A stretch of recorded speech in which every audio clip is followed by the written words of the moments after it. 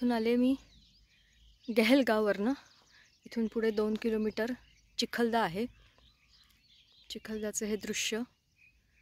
इथे वासुदेवानंद सरस्वती टेंबेस्वामी यांनी चातुर्मास केला होता.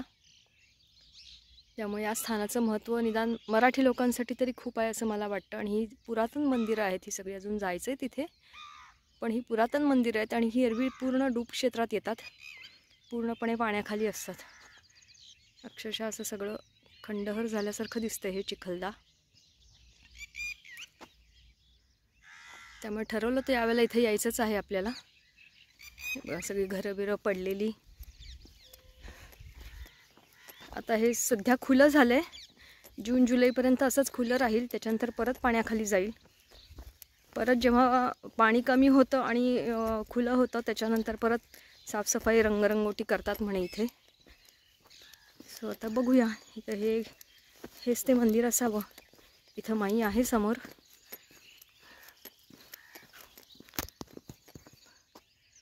सगळं असं पडलेलं आहे गाव. चला आता पुढे जाऊन बघूया मंदिर. नर्मदे हर नर्मदे हर नर्मदे हर नर्मदे हर नर्मदे हर. आता इथं माईच्या किनारी आली आहे चिखलदा.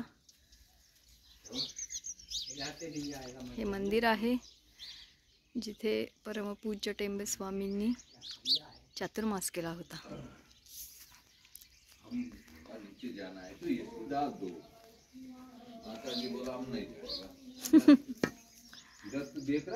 हरे हरेश्वर मंदिर आहे.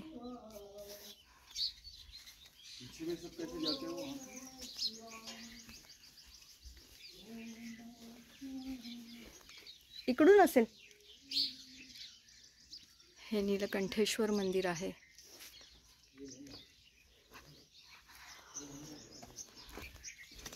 बघूया अजून मागे काय आहे.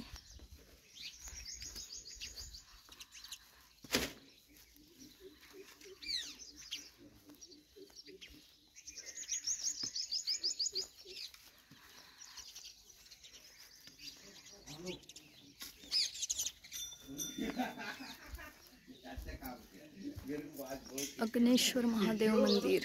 ओम नमः शिवाय ओम नमः शिवाय ओम नमः शिवाय. आणि हे रत्नेश्वर महादेव मंदिर.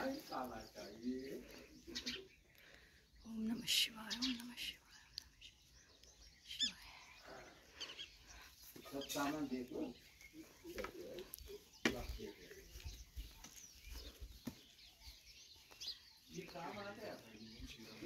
पूर्ण खंडहर झालेला आहे गाव.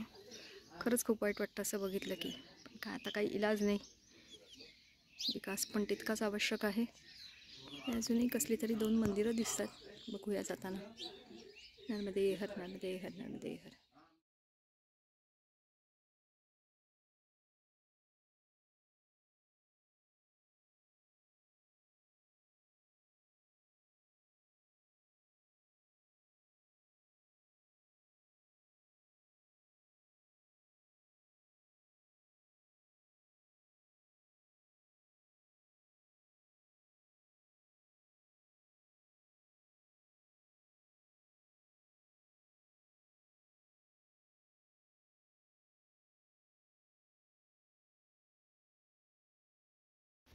नर्मदे हर नर्मदे हर नर्मदे हर. आत्ता मंडलेश्वरहून बाहेर पडली आहे. जस्ट लगेचच गुप्तेश्वर महादेव मंदिर आहे तिथे आलेली आहे. इतका सुंदर स्पॉट आहे हा.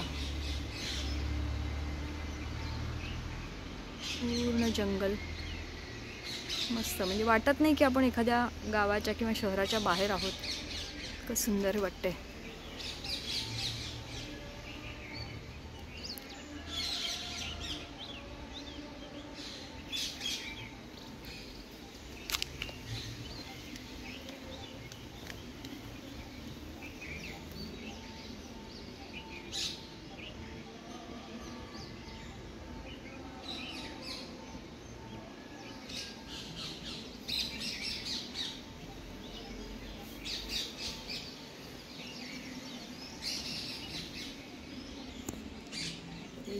हर गुप्तेश्वर महादेव मंदिर जे मग असे म्हटलं ते आता इथे आहे. इथून खाली यायचं होतं. मला ही कशी काय जागा दिसली नाही माहिती नाही, पण त्यांनी सांगितलं की हेच मेन मंदिर आहे. हे बघा आतमध्ये आले तर हे असं वाकून जायला लागतंय. ऐक माई. ओम नमः शिवाय, ओम नमः शिवाय, ओम नमः शिवाय, ओम नमः शिवाय, ओम नमः शिवाय, ओम नमः शिवाय, नमः शिवाय, ओम नमः शिवाय, शिवाय, ओम नमः शिवाय, ओम नमः शिवाय, ओम नमः शिवाय, शिवाय, शिवाय, ओम नमः शिवाय. तर त्या मगाच्या जागी परत आले.